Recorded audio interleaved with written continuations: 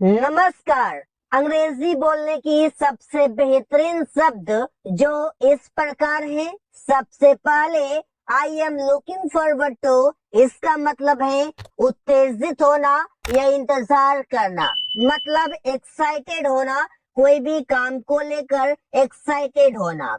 जैसे कि आप बोलते हैं मैं अंग्रेजी सीखने के लिए बहुत उत्तेजित हूँ, बहुत एक्साइटेड हूँ, तो आप बोलेंगे I am looking forward to learning English. यहाँ पर देखना है कि लुकिंग फॉरवर्ड टू के बाद आपका जिरंड आएगा, मतलब V4 आएगा। इसी प्रकार से वे लोग नया कार खरीदने के लिए उत्तेजित हैं। They are looking forward to buying a new car. They are looking forward to buying a new car. वे लोग नया कार खरीदने के लिए उत्तेजित हैं।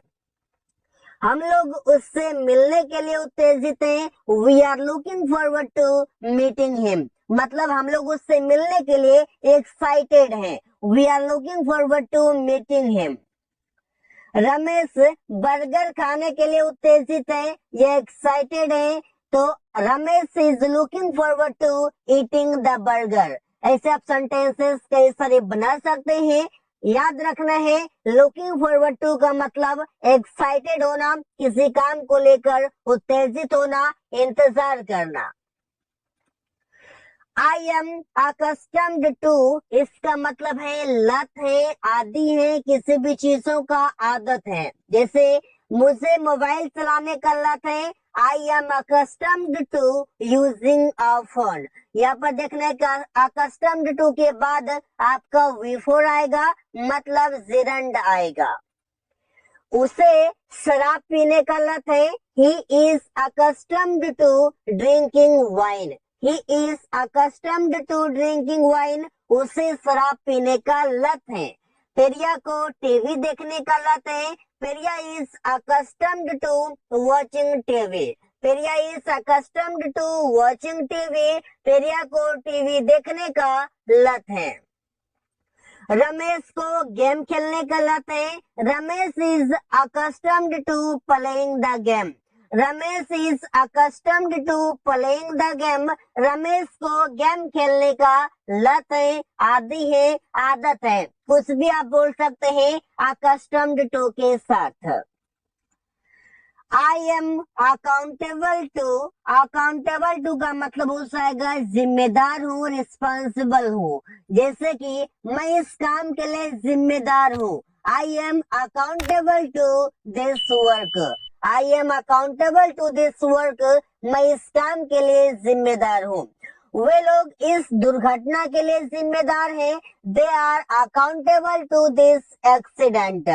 They are accountable to this accident. वे लोग इस दुर्घटना के लिए जिम्मेदार हैं। रमेश उसके मृत्यु के लिए जिम्मेदार है।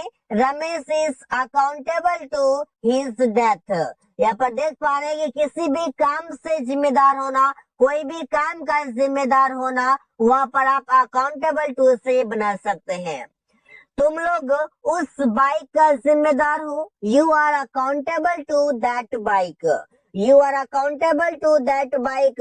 तुम लोग उस बाइक का जिम्मेदार हो। अगला है आई एम अकम्प्लिश्ड इन, इसका मतलब हो जाएगा कुशल या निपुण हो।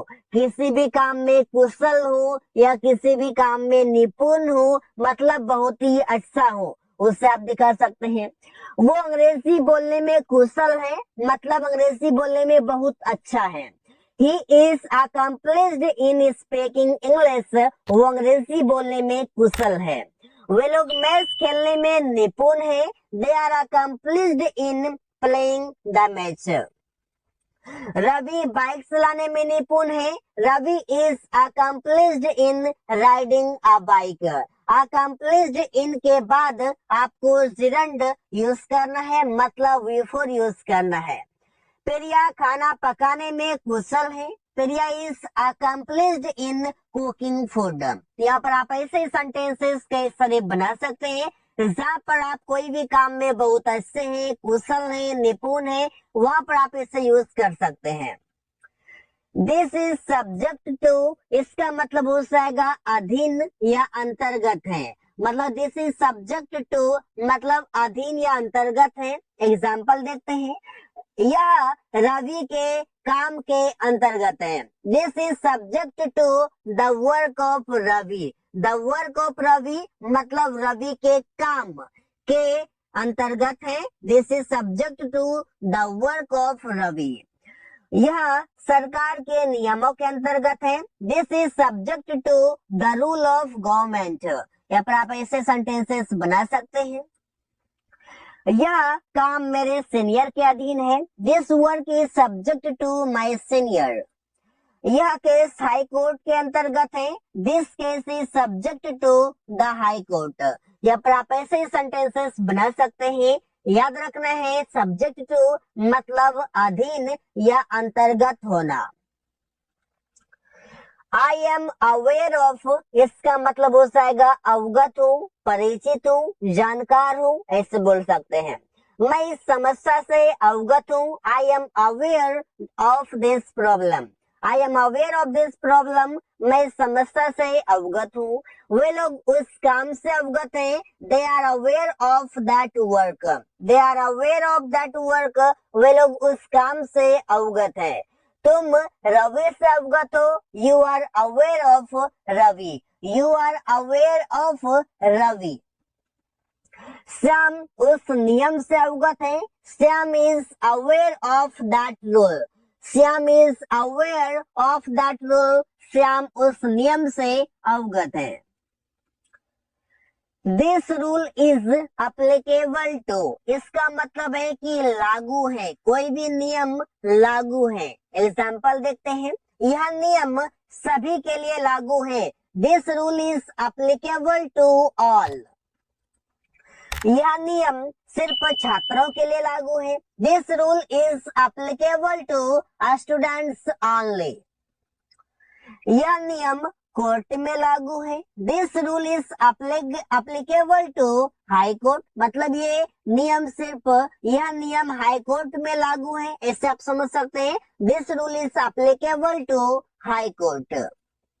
यह नियम सिर्फ अंदर में लागू है, मतलब कि कोई भी ऑफिस है और मैंने कहा कि यह नियम सिर्फ अंदर में लागू है, बाहर में लागू नहीं है, तो this rule is applicable to inside only. तो ऐसे सेंटेंसेस आप बना सकते हैं। एप्लीकेबल टू मतलब लागू है। इट इज एप्रोप्रिएट टू मतलब उचित है। जैसे आप बोलते हैं अंग्रेजी सीखना सभी के लिए उचित है। It is appropriate to learn English for all. थोड़ी देर आराम करना उचित है, तो it is appropriate to take a rest for a while. उससे कल मिलना उचित है। It is appropriate to meet him tomorrow. यहाँ पर टुमारो मतलब हो गया कल, मीट हिम उससे मिलना। एक बार कोशिश करना उचित है। It is appropriate to try once. Try once मतलब एक बार कोशिश करना।